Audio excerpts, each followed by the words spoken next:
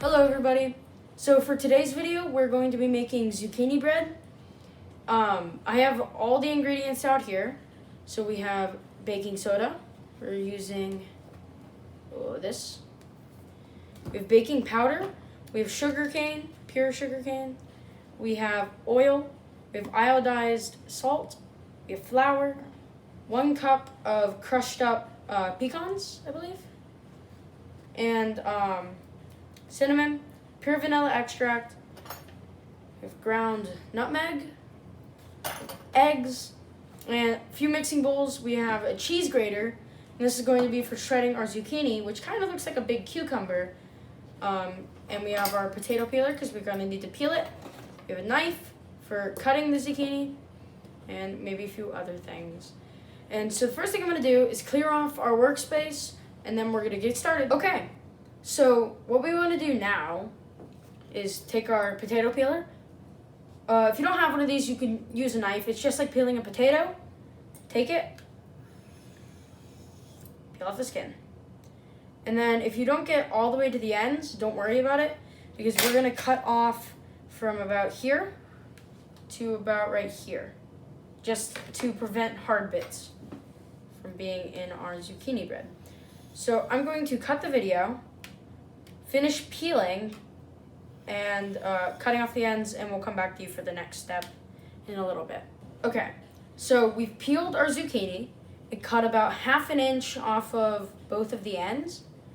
Now, some people don't even peel their zucchini for making zucchini bread, so you don't really have to, but I think it makes it less bitter. Now we have our cheese grater. We're going to take it, we're going to shred our zucchini on it, just like this. As you're doing that, you should get these little, things, shreds, and you want to fill about 2 cups, so about this much. So 2 cups of this, and then we should be done with the zucchini, this big piece, if we have any left. Hello everyone. So we're back with our 2 cups of zucchini. So we did go over the 2 cup line and just filled the cup or the glass dish cup, measuring cup, to the top, just because our zucchini is a little bit fluffy and it can flatten out a little bit. So what you also want is 3 large eggs, pure vanilla extract, I guess olive oil. So it could be olive oil or vegetable oil or a mix of both. It doesn't really matter, but you want 1 cup of that. Then you want cane sugar, or sugar cane, whatever this says. But it's also known as brown sugar. And this is light brown sugar, not dark brown. And this is just for my shells, and I'm done cracking the eggs. So I'm going to go ahead and put the eggs in, beat them up, and then I'll show you the next steps.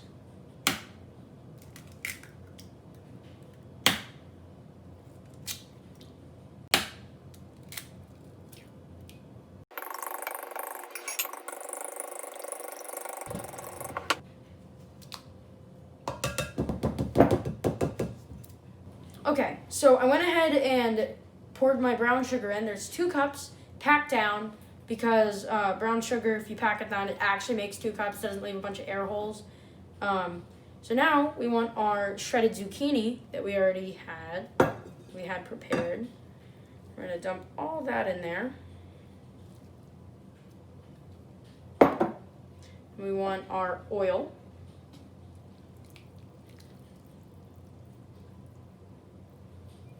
Then we want 2 tablespoons of vanilla extract. I'm actually going to wipe my hand off real quick. Okay, 2 tablespoons of vanilla extract.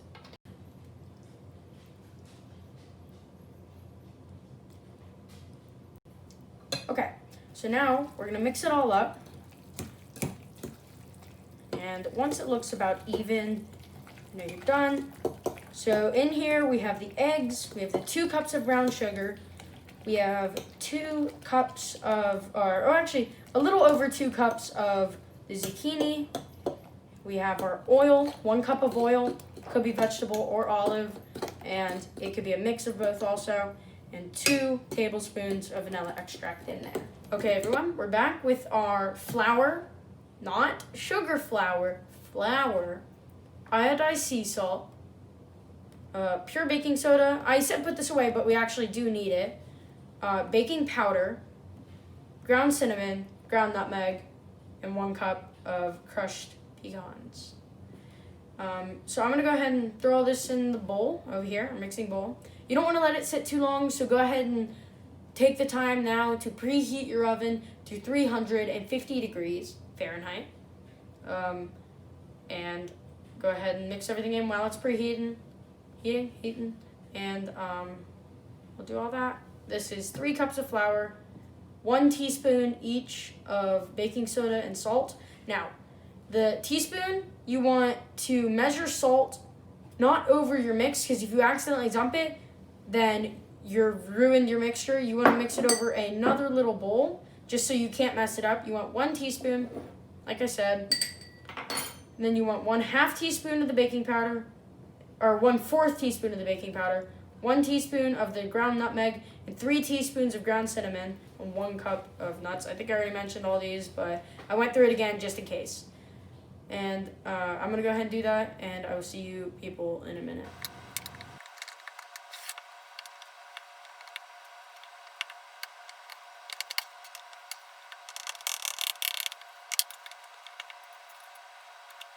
Okay, everybody, I made an oopsie and accidentally recorded the wrong parts. So when it was supposed to be, the video was supposed to be stopped, it was on, and when it was supposed to be on, it was stopped. So you didn't get the footage of me pouring it in, not very important. I just accidentally overflowed a few things. It's alright, but this is in here. This is half and half about of our batter, a big glass bowl that we had. So there's about half in each pan, and these pans are greased and floured. So put the grease in first, and then when you put the flour in, just put a little bit of flour on the bottom and shake it around, and it should stick to all the edges and bottom and everything. And the extra flour, just dump it on a napkin or something, I don't know. And then you want to bake them at 350 degrees for about 45 minutes, or until a toothpick comes out looking like when you put it in. So clean toothpick, put it in, pull it out, still a clean toothpick. Much like the brownie video, just without the tiny crumbs. Hello everyone. So after your bread is done baking, it should look about like this, and your toothpick that you had should come out clean with your bread. You should poke it around the middle, just to make sure that the middles are cooked, because if the middles are cooked, then the rest of it's going to be cooked. And you also have to remember that once you take it out of the oven, it doesn't just instantly stop cooking. It's still going to cook for a little while. So if you have think it's going to be burned if you take it out, so keep in mind that it still cooks for a little while. So it could still burn afterwards, even if it looks perfect when it first comes out, is all I'm trying to say. Everybody, I hope you enjoyed this video. If you did, leave a like and subscribe for more content like this. And please leave a like and comment if you want to see more videos like this, or just leave a like if you want. And I'll make more food videos. This is cooking in quarantine, and I hope everybody enjoyed. Rolling out!